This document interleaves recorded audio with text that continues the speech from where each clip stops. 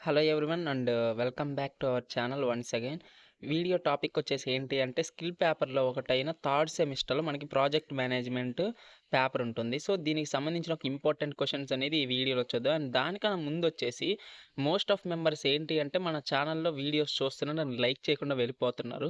So, మీరు like చేస్తే ఏంటి అంటే మీలాంటి స్టూడెంట్స్ అయినా ఒక 10 మందికి ఒక 15 మందికి ఏంటి అంటే రికమెండ్ అయితది. సో, అంతకు మించి ఇంకేముండదు.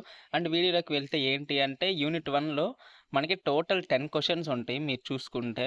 సో, ఈ 10 క్వెషన్స్ మీరు ఫిల్టర్ చేయకుండా మీరు మొత్తం ప్రిపేర్ అయ్యి వెళ్ళండి. ఎందుకు ఫిల్టర్ చేయొద్దని కూడా నేను రీజన్ చెప్తా. సో, బిఫోర్ ఈ వీడియో ఏంటి అంటే నేను 3 యూనివర్సిటీ క్వెషన్ పేపర్స్ చూసి అనలైజ్ చేసి ఈ యొక్క ఇంపార్టెంట్ క్వెషన్స్ లిస్ట్ ఔట్ అనేది నేను ప్రిపేర్ చేశాను. సో, అందుకని ఏఈ ఫిల్టర్ చేయొద్దనుకుంటున్నాను. అండ్ నెక్స్ట్ వచ్చేసి ఏంటి అంటే ఆ 3 యూనివర్సిటీ క్వెషన్ పేపర్స్ అనేది మీకు కావాలి అంటే మన టెలిగ్రామ్ ఛానల్ లింక్ వచ్చేసి ఈ వీడియో కింద డిస్క్రిప్షన్‌లో ఉంటది మీకు.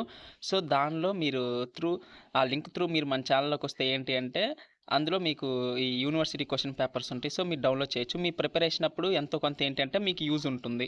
సో, పాయింట్ నెంబర్ 1 అది. అండ్ నెక్స్ట్ పోతే ఏంటి అంటే యూనిట్ 2. సో, యూనిట్ 2లో కూడా మనకి 10 క్వెషన్స్ ఉంటాయి టోటల్‌గా.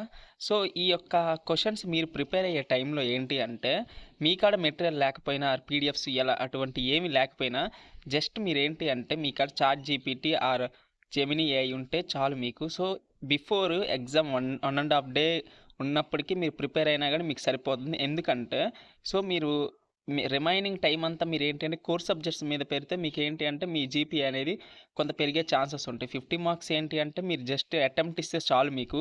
సో, అంతకు మించి ఇంకా పెద్ద ప్రాబ్లమ్ అనేది ఏముండదు.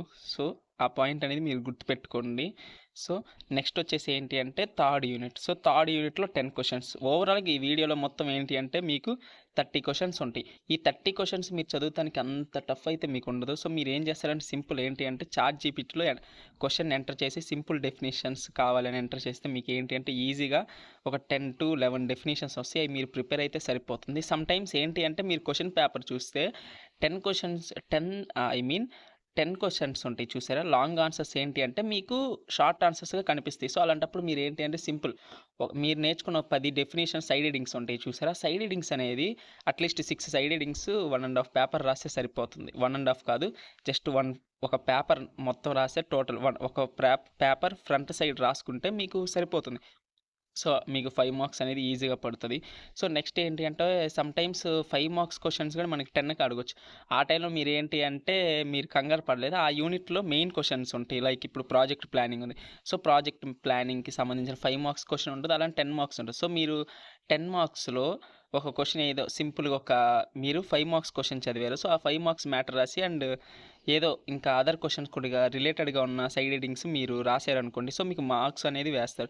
మీరెక్కడ మిస్టేక్ చేస్తారంటే ఆ క్వెషన్స్ అసలు సంబంధం లేదు. ఆ క్వెషన్ అనేది వదిలేస్తేనే మీకు మెయిన్ ప్రాబ్లమ్. సో, ఆ క్వెషన్ వదలకుండా మీరేంటి మ్యాటర్ రాసి అండ్ కొంత రిలేటెడ్ సైడ్ హెడ్డింగ్స్ మీరే క్రియేట్ చేసుకొని రాసినా గానీ మనకి మంచి మార్క్స్ చేస్తారు. అండ్ నెక్స్ట్ పోతే ప్రెజెంటేషన్, హ్యాండ్ రైటింగ్ కూడా బాగా ఇవ్వండి.